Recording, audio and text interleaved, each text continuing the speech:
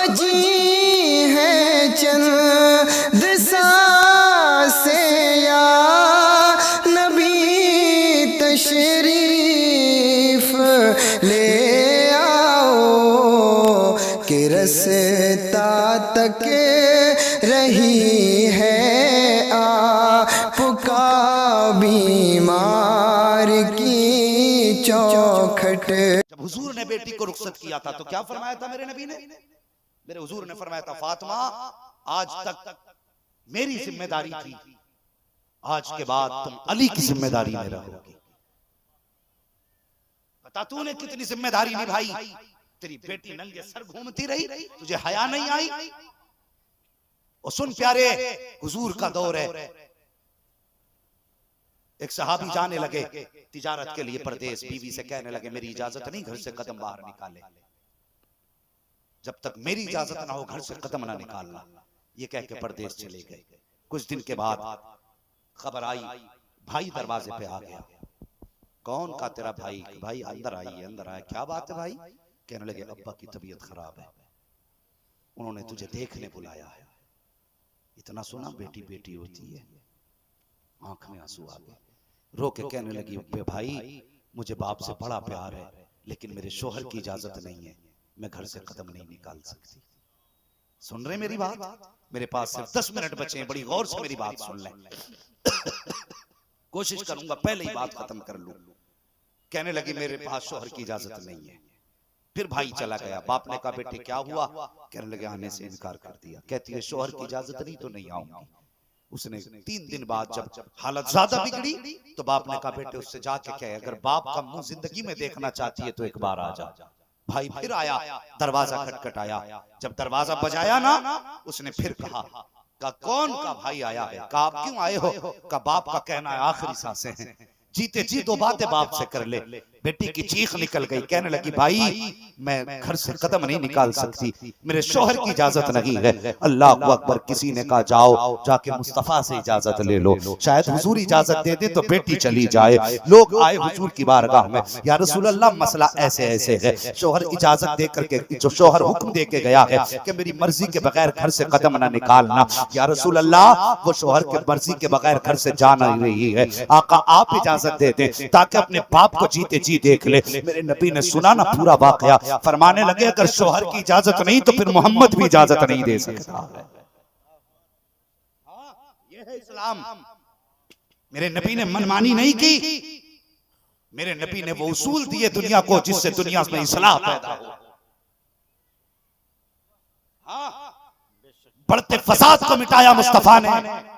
कहने लगे फरमाया मेरे हुजूर ने अगर शोहर की इजाजत नहीं है तो फिर मैं भी इजाजत नहीं दे सकता। लोग वापस आ गए। आखिरकार बाप का इंतकाल हो गया।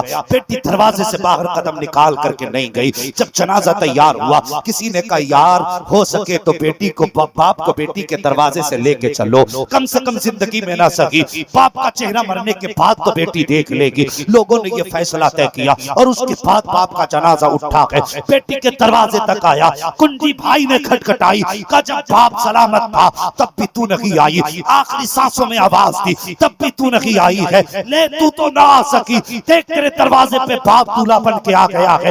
आके कम से कम दरवाजे के बाहर बाप का चेहरा देख ले। बेटी की चीख निकल गई, रो के कहने लगी भाई मैं दरवाजे से बाहर नहीं आ सकती हूँ, हो सके तो मेरे बाप का जनाजा घर के अंदर ला के रख दो ताकि आखिरी बार बाप का दीदार कर लो। बेटी के कहने के मुताबिक बाप का जनाजा उठाया गया। जैसी बेटी की दहलीज के अंदर गया है, बेटी ने बाप का माथा चूमा, उसके बाद पैरों की तरफ आके बैठ जाती है और बैठने के बाद रो के कहती है या अल्लाह तू खूब जानता है ये मेरा दूर का रिश्तेदार नहीं है बल्कि ये मेरे रिश्ते में बाप लगता है, ये मेरा खानदानी नहीं है, ये मेरा बाप लगता है, ये मेरा फुफेरा खलेरा नहीं है, ये मेरा बाप लगता है। ए मेरे मालिक ये बुलाता रहा लेकिन मैंने कदम ना निकाला। मैं जानती थी कि कदम निकाल दूंगी तो तेरे महबूब का उसूल टूट जाएगा। या अल्लाह, मैंने बाप को दुनिया से जाना गवारा किया, लेकिन तेरे महबूब के दीन का कायदा टूटे ये गवारा नहीं किया। ए मेरे मालिक, मेरे बाप की मग़फ़िरत फरमा देना। अल्लाहु अकबर। 3 दिन के बाद किसी ने ख्वाब में देखा कि इसका बाप जन्नत की बहारों में टहल रहा है, और दूसरी रिवायत के मुताबिक खुद बेटी ने देखा कि बाप जन्नत की बहारों में घूम रहा है। कहने लगी, बाबा बता तो सही, कौन सी नेकी काम आ गई जो जन्नत के मजे ले रहे हो? तो आपने कहा था, बेटी मैं तो बड़े पाप लेके आया था, बड़े गुनाह लेके आया था। जब कब्र में पहुंचा, फरिश्ते हिसाब के लिए आए। रब ने फरमाया, फरिश्तों इससे हिसाब मत लेना, इसकी बेटी ने मुस्तफा के दीन की हिफाजत कर डाली है। अल्लाहु अकबर। या रसूल अल्लाह, जिंदाबाद जिंदाबाद जिंदाबाद जिंदाबाद। अल्लाहु अकबर। या रसूल अल्लाह। ओ भाई, ये दीन है हुजूर का, इस पे सख्ती से अमल कर। देख, नबुव्वत का दरवाजा बंद है, विलायत का दरवाजा बंद नहीं। आज भी बेटियों की परवरिश कुरान की तिलावत के साये में कर। कसम खुदा की, गोद तेरी होगी, आने वाला गुलामे गोश आएगा। गोद तेरी होगी, आने वाला कोई जो आएगा नाचने वाला डांसर नहीं, बल्कि कुरान का कारी आएगा। हाँ, मुझे बताओ, अगर फसल जमीन अच्छी हो तो फसल अच्छी होती है कि नहीं? अगर जमीन खराब हो तो फसल, खेती से ताल्लुक रखते हैं ना लोग। अगर फसल जमीन खराब तो फसल खराब। बिल्कुल मिनवान यही है। अगर जमीन खराब तो फसल खराब, अगर गोद खराब तो नस्ल खराब होती है। हाँ, जहेज में इतना बड़ा मुंह फाड़ के ना कह कि 10 लाख कैश चाहिए, इतनी दौलत चाहिए। दौलत के पीछे न मर, कुत्ता ना बन दौलत का, बल्कि बनना है तो मुस्तफा का गुलाम बन जा। दौलत वाली ना देख, शरीयत वाली देख। हाँ, शरीयत वाली देख। अगर शरीयत वाली होगी, कदम उसके आएंगे, रहमतें खुदा की उतरना शुरू हो जाएगी। रहमतें खुदा की उतरना शुरू हो जाएंगी। रिश्ता करने से पहले ये देखा करो, शरीफ है कि नहीं, कुरान आता है कि नहीं। हाँ, बदल दो अपनी रविश, बदल दो अपने तरीके। कोई भी किसी भी बेटी को अपने घर से यूं ना निकाले कि वो मेरी मर्जी के मुताबिक जहेज लेके नहीं आई, मेरे मतलब के मुताबिक वो फर्नीचर का सामान ना लाई। ना प्यारे, ये 4 दिन की जिंदगी है। हमने तो ऐसे दूल्हा भी देखे हैं जो पलट के घर नहीं आए, रास्ते में हादसे में इंतकाल हो गया। अगर तुझे निकाह के बाद लौटते हुए मौत आ गई तो तूने दोज़ख पहले खरीद रखी है, कब्र में बचाने तुझे कौन आएगा? गारंटी है कि जो तूने मुंह से मांग के 10 लाख की गाड़ी ली, उसमें तू बैठ पाएगा? अभी पीछे किसी ने गाड़ी ली थी, जबरदस्ती ससुरालियों पे दबाव बना करके उन्होंने जमीन बेच के 4 व्हीलर दे दी। और दी भी उन्होंने ऐसी थी कि वो उसमें जो गैस थी ना, एक तो सीएनजी होती है, दूसरी कौन सी होती है, एलपीजी, जो चूल्हे वाली, वो वाला सिलेंडर लगा लिया। अगले दिन कहीं जा रहा था घूमने के लिए लड़का, गाड़ी किसी चीज से ठुकी, सिलेंडर फटा, दूल्हा भी खत्म, गाड़ी भी खत्म। क्या बचा बताइए? अगर किसी बाप का गुर्दा तेरे जहेज मांगने की वजह से बिक गया तो बता मुस्तफा को कौन सा जवाब देगा? जहेज के लिए बेटियों को और बापों को नीचा दिखाने वालों, मुझे सिर्फ इतना बता दो, बताओ अपनी 6 साल की बेटी को कितने लाख में बेच सकते हो? बताओ मुझे। जिन्हें भूख है दौलत की, वो बताएं 3 साल की बेटी क्या लाख में बेचेंगे? बेच सकता कोई बेटी को? बोलो, कोई बेच सकता है? कोई नहीं बेच सकता। अगर तू 6 साल की 10 लाख में नहीं बेच सकता तो उस बाप का शुक्रिया अदा कर जिसने 18 साल पाल के फ्री में तुझे दे दी। शर्म नहीं आई? उसने 18 साल की कमाई तेरी गोद में डाल दी और फिर भी तेरा पेट नहीं भरा। अगर कोई बेटी तुम्हारी वजह से मर गई ना तो तीजा नहीं बख्शवा सकता, 40वां नहीं बख्शवा सकता।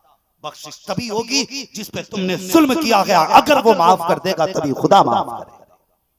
ये भी ज़हन में बात रखना। ऐ ईमान वालों, इस्लाम में पूरे पूरे दाखिल हो जाओ, लाजिम है, जरूरी है। हम अपने घरों के अंदर पर्दे को लाजिम करेंगे इंशाअल्लाह। बोलो इंशाअल्लाह।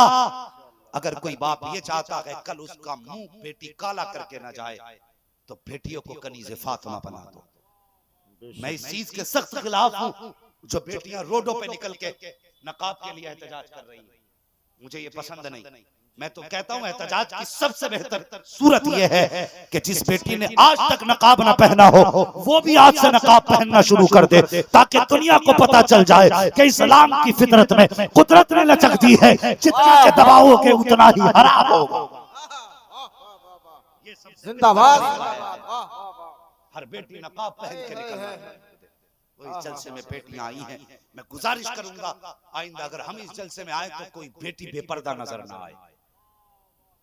वाह क्या पैगाम है। जिंदाबाद जिंदाबाद। पर्दा नजर ना आए। बेशक। अगर पहली बात तो आया ही नहीं, और अगर आए तो पर्दे के एहतमाम से आए। मुझे बताइए, बाजार में बिना महरम के औरत को भेज देते हो और कहते हो कोई बात नहीं, आजकल सब चल रहा है।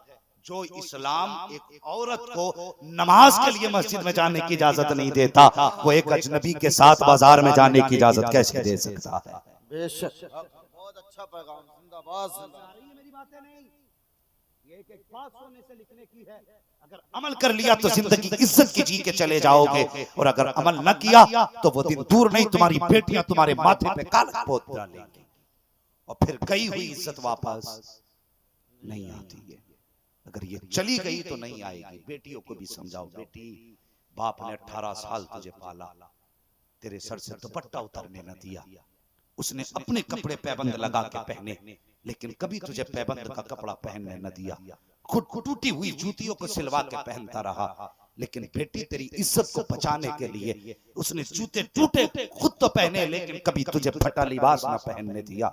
और तुझे बाप की इज्जत का वास्ता मर जाना, लेकिन बाप की इज्जत पे आंच मत आने देना।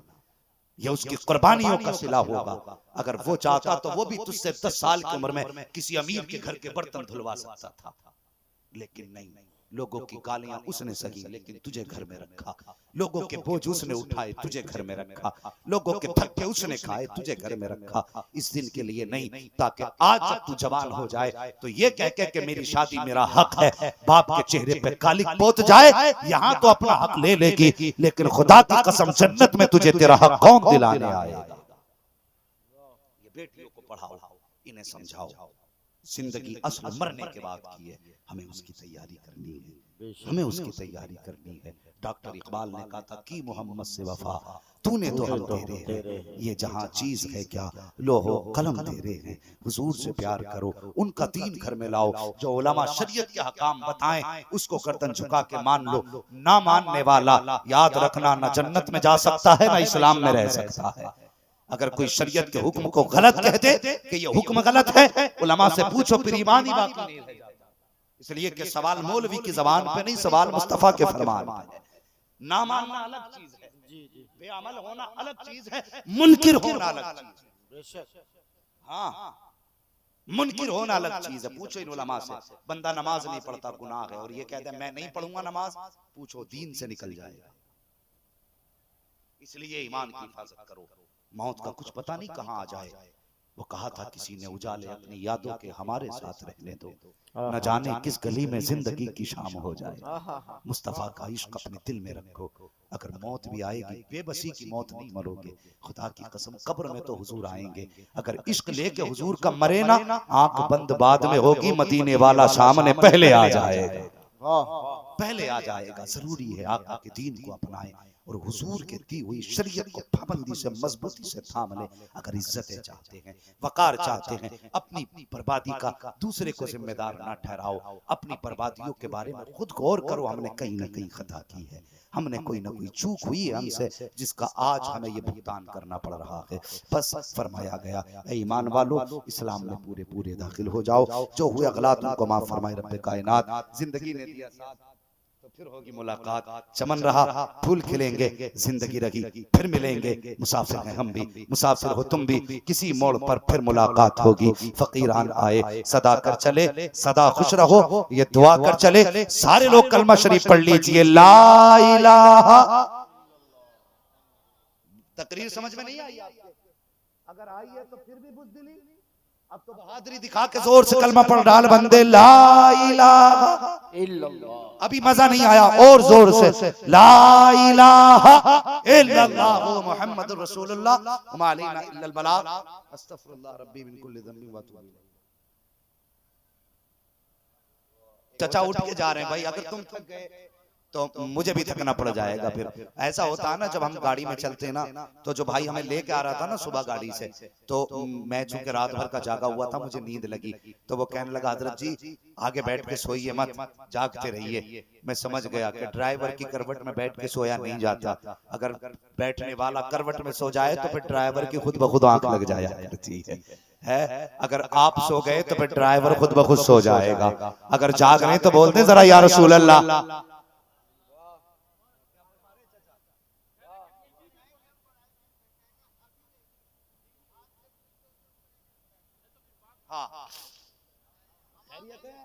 जरा सारे बोलते हैं या रसूल अल्लाह। है मैं 10 मिनट जरूर बोल दूंगा, अगर ये पीछे भाई खड़े हैं 10 मिनट के लिए बैठ जाएंगे तो मैं 10 मिनट और बोलने के लिए तैयार हूं। अगर ये नहीं बैठ सकते तो फिर मुझे भी सोचना पड़ेगा बोलना है कि नहीं बोलना है। हाँ खैरियत है ना आप लोग भाई? वो लोग खड़े होके सुन रहे हैं, इनके लिए दुआ कर दूं अगर आप कहें तो कर दूं दुआ? पीछे वाले राजी हो दुआ कर दूं तुम्हारे लिए भी? ओ भाई कर दूं दुआ? हाँ डर रहे हैं, पता नहीं मौलवी कहीं बद्दुआ ना कर जा रहे। दुआ सुन यार, 7 दिन तक मुस्कुराता रहेगा। सुन, अल्लाह तेरी माँ को सलामत रखे जिसने ऐसा दूध पिलाया है। इन्होंने बैठ के जलसा सुना है, तूने खड़े होके मुस्तफा का जिक्र सुना है। हाँ अल्लाह तेरी माँ को सलामत रखे। बस सुन प्यारे, 10 मिनट की बात मुझे कही गई है, बस एक बात बता दूं, इस्लाम ने बेटियों को कितनी इज्जतें बख्शी है, ख्याल कर। मेरे हुजूर की चौखट है, बोलते जरा सुभान अल्लाह। अब देखो बदले का बदला, अब आपको सुभान अल्लाह कहना पड़ेगा, मैं फिर तकरीर सुना के जाता हूं। बोलते जरा जोर से या रसूल अल्लाह। हुजूर की चौखट है, हुजूर की फौज है। जब दुश्मनों के सामने आई और जंग हुई तो जो हातिम ताई का बेटा था ना, आदी बिन हातिम, तो वो उस महल के अंदर था। अपनी बहन से कहने लगा, बहन मुसलमानों का मुकाबला बस की बात नहीं, चल भाग चलते हैं। बहन चूंकि अती बिन हातिम की थी, यानी हातिम ताई की बेटी थी, कहने लगी सुन मैं बड़े बाप की बेटी हूं, मैं बुज़दिलों की तरह नहीं जाऊंगी, कौम के साथ लड़ूंगी और यही मरना है मुझे इसके साथ। वो आदी बिन हातिम तो भाग गया, लेकिन बहन रह गई। जब किला फतह किया, इस शहजादी को कैदी बना के हुजूर की खिदमत में लाया गया। जब आई ना कैदी बन के यूं गर्दन उठा के खड़ी थी, आदी बिन हातिम की बहन और हातिम ताई की बेटी कहती है मैं समझती थी कि वो बादशाह है, और मेरे जहन में ऐसे ऐसे सवाल थे कि ऐसे ऐसे सवाल करूंगी माज़ अल्लाह जिसका जवाब वो दे नहीं पाएंगे। कहने लगी जब मुझे उनकी चौखट पे पेश किया गया, मैं यूं गर्दन उठा के फख्र से खड़ी थी, कोई मुझे हया नहीं थी, शर्म नहीं थी। का जब मैं गर्दन उठा के नंगे सर खड़ी थी, तो जब पैगंबर इस्लाम ने मुझे देखा, अपनी मुद्दस्सिर वाली चादर कांधे से उतारी और मेरे सर के ऊपर डाली ना, एक सहाबी कहने लगे या रसूल अल्लाह ये एक गैर मुस्लिम की बेटी है, इसको मुद्दस्सिर वाली चादर दी। कहते जब इतना कहा, मैंने पैगंबर का चेहरा देखा, गुस्से में सुर्ख हो गया, आंखों में जलाल के तेवर थे। कहते चुप हो जा, बेटी बेटी हुआ करती है, चाहे काफिर की बेटी हो चाहे मुसलमान की बेटी। जुमले मैंने सुने मेरे आका की। तो अती बिन हातिम की बेटी कहती है, हातिम ताई की बेटी कहती है कि जब मैंने इतने जुमले सुने ना, तो कहने लगी जो मेरी गर्दन घमंड से अकड़ी हुई थी वो फौरन झुक गई हया से। मैं समझ गई जो हर बेटी को इतना प्यार दे वो बादशाह नहीं हो सकता, वो सही इस्लाम का आखिरी पैगंबर ही हो सकता है। अल्लाह अकबर। कहने लगा फिर मुझे यकीन हो गया। फिर कहती मेरे दिल में था कि सवाल पूछूं, अब सुनना हुजूर का करम और इस्लाम की हक़ानियत। कहने लगे फिर हुजूर ने मेरी तरफ रुख किया, कहने लगे बेटी बड़े बाप की बेटी है, सरदार की बेटी है, तेरे साथ वही सुलूक किया जाएगा जो एक सरदार के साथ किया जाता है। हुजूर फरमाते हैं बेटी बता तेरे साथ क्या किया जाए, चाहती क्या है? तो कहने लगी मुझे उम्मीद नहीं थी, लेकिन मेरे जहन में बात आ गई, अचानक मेरी जबान से निकल गया क्या मुझे मेरे वतन वापस भेजा जा सकता है? अल्लाह अकबर, मुझे वापस भेजा जा सकता है?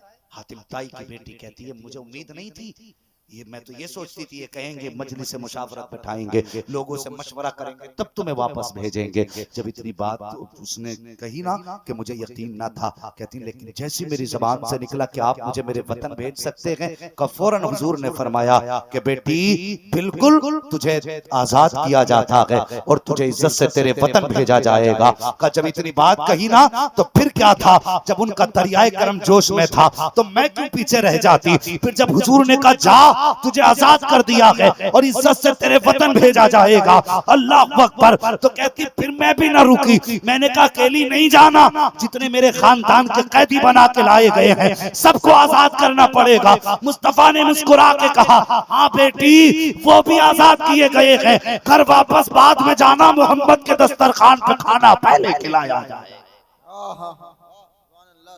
कहती हुजूर ने आजाद किया सबको और काफिले वालों को भेज दिया, मुझे अपने सिपाहियों के साथ इज्जत से भेजा। फरमाने लगे जब हुजूर ने सिपाही भेजे थे मेरे साथ, एक मेरे दाएं चल रहा था, एक मेरे बाएं में बीच में जा रही थी। कहती पूरे सफर में ऐसा लगा जैसे इनकी आंखें ही नहीं है। अल्लाह अकबर, कहती मेरा वजूद तो बड़ी बात है, मेरा वजूद तो बड़ी बात है, उन्होंने मेरे पैर की चूती की तरफ भी नजर उठा के नहीं देखी थी। अल्लाह अकबर, जब कहती मैं अपने वतन पहुंची मेरा भाई मौजूद था, कहने लगा बता क्या गुजरी क्या हुआ। का मैंने कह दिया कि नहीं वो बादशाह नहीं है, अल्लाह के पैगंबर है। कहा कि झूठ बोल रही है, बता तेरे साथ क्या हुआ। जब भी कोई कब्जा करता है बादशाह तो इज्जतों का दुश्मन होता, आबरूएं लूटी जाती है, बता तेरा क्या हुआ। कहने लगी खुदा की कसम जो हिफाजत मैंने उनके कदमों में महसूस की कभी तेरे सामने भी महसूस नहीं की। कहा मैं नहीं मानता, तू इन अजनबियों के साथ आई है, इन्होंने कुछ ना किया। कहने लगी तू क्या जाने, इनके महबूब ने कहा था खबरदार इसकी इज्जत पे बाल ना आ जाए। कहती पूरा रास्ता इन्होंने मेरे साथ सफर किया, लेकिन जो देखता यही कहता ये आंख वाले नहीं बल्कि अंधे जा रहे हैं। तो कहने लगा मैं यकीन कैसे करूं, वहां जाके देखूंगा खुद। अब आदि बिन हातिम मदीना शरीफ आया, सोचता था कोई बादशाह होंगे, बड़ा महल होगा। पता पूछा तो हुजूर मस्जिद में कच्ची जमीन पे बैठे हुए थे, कच्ची जमीन पे बैठे हुए थे। आके बैठ गया कौन, आदि बिन हातिम, हातिम ताई का बेटा। अच्छा कैसे आया, बस मुलाकात के लिए आया। दिल में आया यार हो सकता है ये यहाँ मस्जिद है ना, इनका घर तो बड़ा अच्छा होगा। दिल में ख्याल आया ना कि यार इनका घर जाके देखता, और फिर मेरे महबूब की बारगाह में बैठ के ख्याल आया इनका घर जाके देखता हूं, मेरे महबूब की अपनी शान क्या है और कोई गैब क्या, तुमसे निहा हो भला जब ना खुदा की छुपा तुम पे करोड़ों दुरूद। जैसी दिल में ख्याल आया ना कि इनका घर तो बड़ा होगा, हुजूर फरमाते यार यहाँ कुछ भी नहीं, चल घर चलते हैं, वहां बैठ के कुछ खाना पानी होगा। कहते हुजूर मेरे साथ आए, मुझे साथ में हुजूर ने लिया। कहते मैं वो खुश नसीब था जो मुझे अम्मा आयशा सिद्दीका के हुजरे में बैठने की जगह मिली थी। का जब हजरत आयशा के हुजरे में मैं आया, मैंने देखा एक टूटी चटाई है, वो भी 2 जगह से फटी थी। का हुजूर उसी पे आके बैठ गए। मैंने देखा हुजूर के घर के अंदर एक छाल का गद्दा था, छाल का तकिया था, एक पानी का मटका था, 2 प्याले थे, बस इतना सा मुख्तसर सामान था मुस्तफा के घर में। कहता बस मैं सादगी देखता रह गया, कुछ ना बोला। जब खाना पेश किया गया तो कहते थोड़ा सा गोश्त था, थोड़ी सी रोटी थी, सादगी के साथ थोड़ा सा सिरका था। कहते मैंने पेट भर के खा लिया। जब खा चुका तो हुजूर फरमाते हैं अदी बिन हातिम अब सब कुछ तो देख चुके हो, जितना इरादा था सब देख लिया है, अब तुम्हारा क्या फैसला है, अब तो तुम जा सकते हो। अदी बिन हातिम कहते हैं जब आका ने इतना कहा मैंने कदम पकड़ लिए, कहा मैं जाने के लिए नहीं आया, हमेशा के लिए मोहम्मद का गुलाम बन के रहने के लिए आया।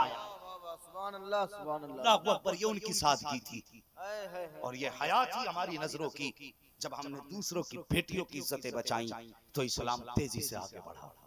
आज हमारी बेटियों की इज्जतें महफूज नहीं, कोशिश करें हर एक की बेटी की इज्जत की हिफाजत करें, चाहे वो किसी भी धर्म की हो, किसी भी मजहब की हो। याद रखना मेरे हुजूर ने फरमाया बेटी बेटी होती है, याद रखेंगे इंशाअल्लाह।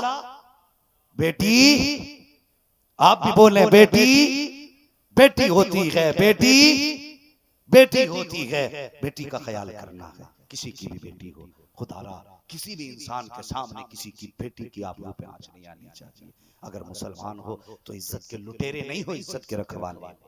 अगर जिंदगी में किसी से गुनाह हो गया है तो बंदे तौबा कर ले, अल्लाह की रहमत का दरवाजा खुला है। अभी उसने रहमत का दरवाजा खोल रखा है। हम तो माइल व करम हैं, कोई साइल ही नहीं। राह दिखलाएं किसे राह रवे मंजिल ही नहीं। हाँ, उसकी रहमत आवाज दे रही है। गुनाहों से तौबा कर लो, इज्जतों के मुहाफिज बनो, किसी की इज्जत पे टांका ना डालो। याद रखना, बस बेटी का ख्याल करो। तुम चाहते हो तुम्हारी बेटियां इज्जत से रहें, दूसरे की बेटी को इज्जत दो, अल्लाह तुम्हारी बेटियों को इज्जत अता फरमाएगा। बस अब आप तो राजी हैं ना? जरा सारे लोग कलमा शरीफ पढ़ लीजिए, ला इलाहा, और जोर से ला इलाहा इल्लल्लाह मुहम्मदुर रसूलुल्लाह व मा अलैना इल्लल बलाग। अस्तगफिरुल्लाह रब्बी मिन कुल्ली ज़ंबिन व अतूबु इलैहि। अस्सलामु अलैकुम व रहमतुल्लाहि व बरकातहू।